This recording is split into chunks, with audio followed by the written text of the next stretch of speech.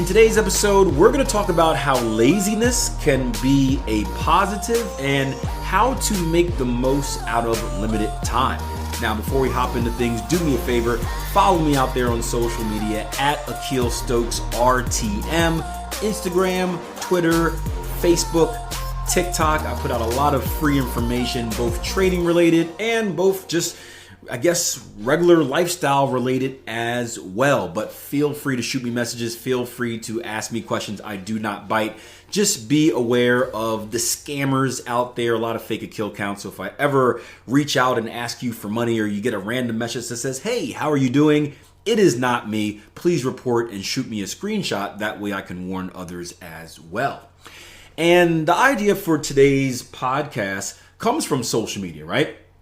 I've been putting out, again, different type of content on social media. I'm trying to get not away from the trading stuff, but there is this lovely line that blends between trading and real life where the lessons that we learn and the traits that make us successful traders also make us very successful in real life, and then vice versa as well. And I love those blends. And after all, as a trader, an independent trader, you are also an entrepreneur. As an entrepreneur, you are a business owner. So all of these things are important in kind of the general area of success. And I put out this little quick video talking about mastery and how to master a skill, and that everyone wants to become a master right away. In fact, we just wrapped up this 2-week free trading workshop in early August, and we had this trader who was very motivated, right? Love him to death. I love the energy, reminds me of myself, but we kept having to tell him to slow down. He wanted to do all the advanced stuff right away. How do I do this? How do I do that? And we're like, whoa. Hold up, right? Hold up. Wait, right? We did one of those Nate Dogs, may he rest in peace, right? And we said, before you can do anything fancy, anything that requires mastery, you have to learn the basics. And mastery is nothing more than, right? Becoming a master is nothing more than mastering the basics, because those basics allow you to do more things. And I got a comment underneath this post. She said, "Akil, powerful stuff. I've been wanting to get back into learning how to trade after 2 years or so of taking time off. This video pretty much answers a fear that I've been having, which is how long will it take to start all over again, plus get to where I want to be. I can never forget all the amazing lessons I learned from you and Jason on putting in the work and not expecting overnight success. That's the only path I see taking," which is awesome, by the way. "However, I currently work full-time now, and I'd love to know, do you think putting 10 hours per week, that's what I can spare right now, consistently into learning how to trade for 12 months will allow me to reach the goal of becoming a profitable trader?" And it was a great response. Let me just reload my thing. I'm pretty sure I responded to it. I had a computer crash and it's telling me I didn't. Well, I may need to do that again. We'll give it a try. But this reminded me of another thing on social media that I saw the other day. And I'll get back to this question, I promise. But so I was on TikTok browsing some motivational stuff, right? As you often get caught into the loop. I just posted something, then right as you post something, it shows you a video and then it sucks you in. And before you know it, you spend an hour of your life watching these dumb little TikTok videos. But the stuff I watch is not dumb. I was actually watching one by Gary Vaynerchuk. And he said something very interesting. He said that laziness is something positive, right? And I've never heard this before, because typically I am against being lazy, right? When I think of lazy, I think of people that don't put in the work, people that want instant gratification, people that you tell, "Hey, this is the path to becoming successful. If you just do this," right? If you invest the right amount of effort over the right amount of time, you will get the right results. And those people just saying, I'm not going to do it, looking for shortcuts. So to hear Gary Vee, who is someone I respect, say laziness is a positive, right? Sucked me into the video, which is exactly what he wanted to do. So I watched the video, and he had a very interesting take on it. He said, laziness is a positive because it is a big red flag that you are doing something you're not passionate about.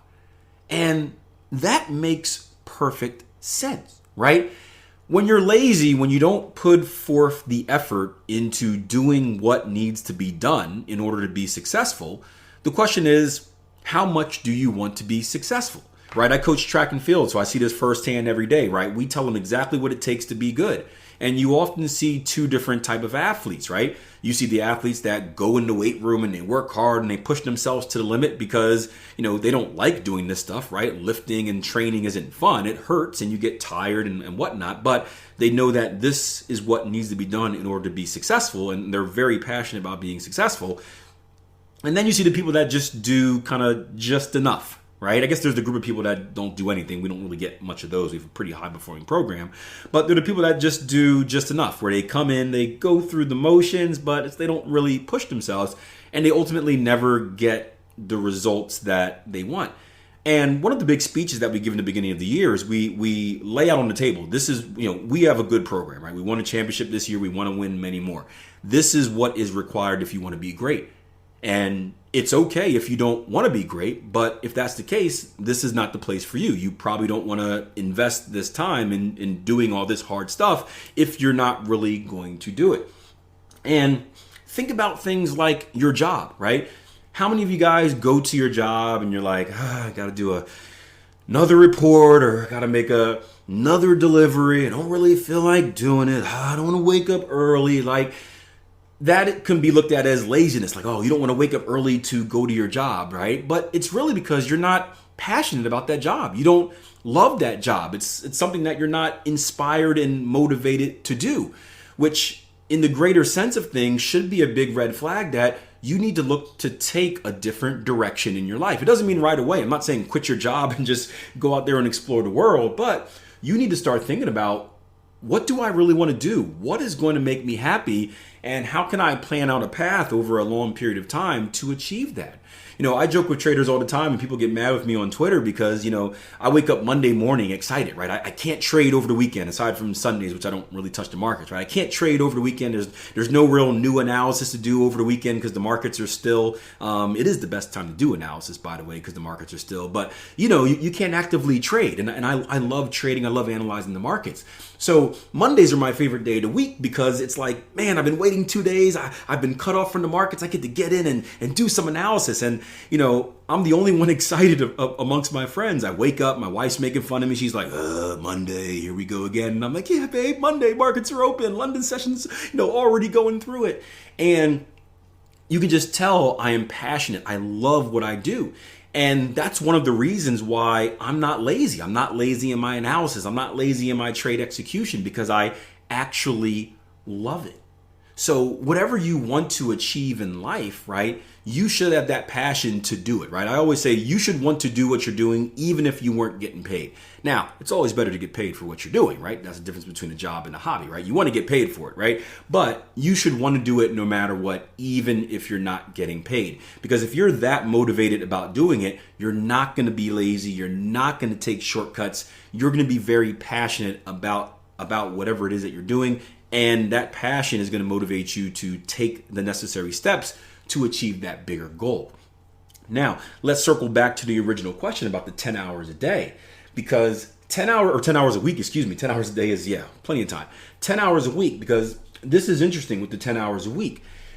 We do have limited time, all of us. If you are working full time, if you have kids, right, time gets limited. And this is something that I've experienced firsthand. Again, I first started trading before I was married, before I had kids, where I just had, literally 10 hours a day to work on the chart.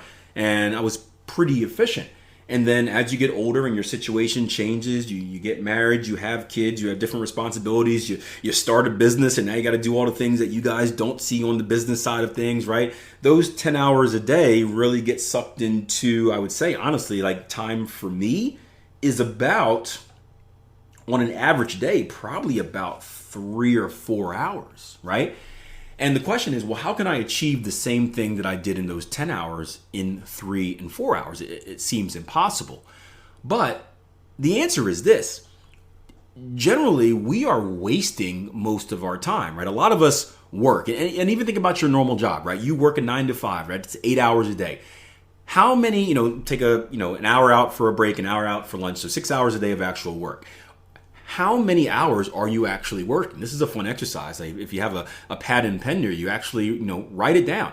How many hours are you actually working versus walking to the bathroom versus checking your phone for updates, versus checking scores on your computer for the night before, right?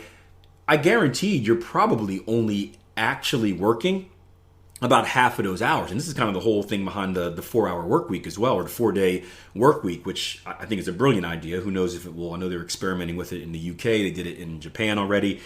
Who knows if it will happen here in the US? We're pretty hard-headed and stuck to traditional ways for no good reason, but that's America for you. Yeah, right? But the thing is, I bet you can achieve all the work that you achieved in that normal 6-hour workday in half the time. I bet if you had 3 hours, and if it was a uninterrupted 3 hours, you can achieve the same amount. And when I answered the question for this trader about 10 hours a week, right? So let's say like 2 hours a day, can I be successful taking 2 hours a day to learn? The answer is yes. But you have to be intentional. You have to be deliberate. So that doesn't mean just a random 2 hours and saying, okay, I'm going to learn how to trade today. What are we going to do? Because you're going to waste 10 minutes figuring out what to do. You're going to waste 15 minutes being distracted, right? You're going to waste half your time just doing other stuff. And then your 2 hours a day becomes 1 hour a day. Your 10 hours a week becomes 5 hours a week, which is a massive difference.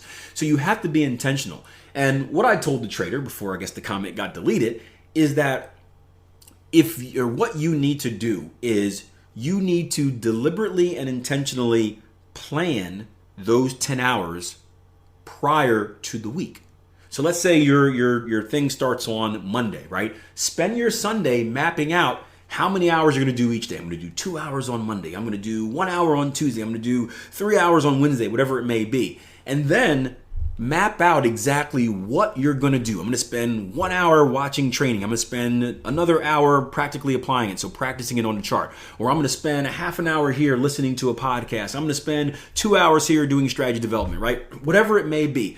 Plan it and then run it like a business. And then when it's time to lock in, when that 2 hour period comes or whatever the time it is, you eliminate all distractions, right? You mute that cell phone. If you got multiple monitors, you turn the rest of those monitors off. You only focus on your individual focus. And I think you'll be pleasantly surprised at how much you can actually get done in a limited amount of time. And again, I'm just not speaking off internet articles or anything like that. I'm speaking off of personal experience. When I adapted the Pomodoro technique, and you hear me talk about it all the time, you hear Jason talk about it all the time, where you have deliberate timed sessions. And there should be breaks within those sessions, especially if they're going over an hour, I would say. But you have deliberate sessions where your only focus is you clock in and you work. And then once that timer goes off, you give yourself a little bit of a rest, and then boom, you clock in for another session. And you can get about double the work done that you would without using it. So is 10 hours a week enough? Yes. And realistically, right, we only have so much control over how many hours we have.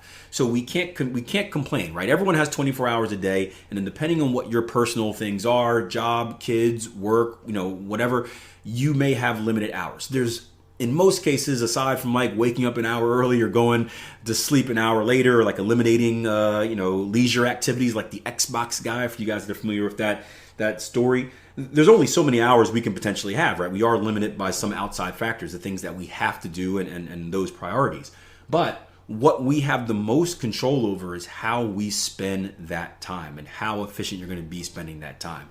And I think if you really plan it out, if you are deliberate, if you are intentional, right? I'm going to ingrain that into your head. You're going to find that time provides a lot more opportunity than what you previously expected. Hope you guys enjoyed the show. Forgot to mention this earlier, but I'm also on YouTube. Just YouTube search Keel Stokes. I do the Weekend Trading Edge video, which comes out on Sundays, giving you a weekly look at the top trading ideas that are on my radar for the week ahead. And also, I do a daily live stream every Tuesday, Wednesday, and Thursday at 7:30 a.m. New York time, where we go through the trade of the day, giving you a sneak peek inside the Tier 1 Trading live trading room. So head over to youtube.com. You can search Akil Stokes. Make sure you subscribe to the channel. Click that bell, that way you don't miss my next upload. And yeah, add that to your arsenal of content that will help you become a consistently profitable trader.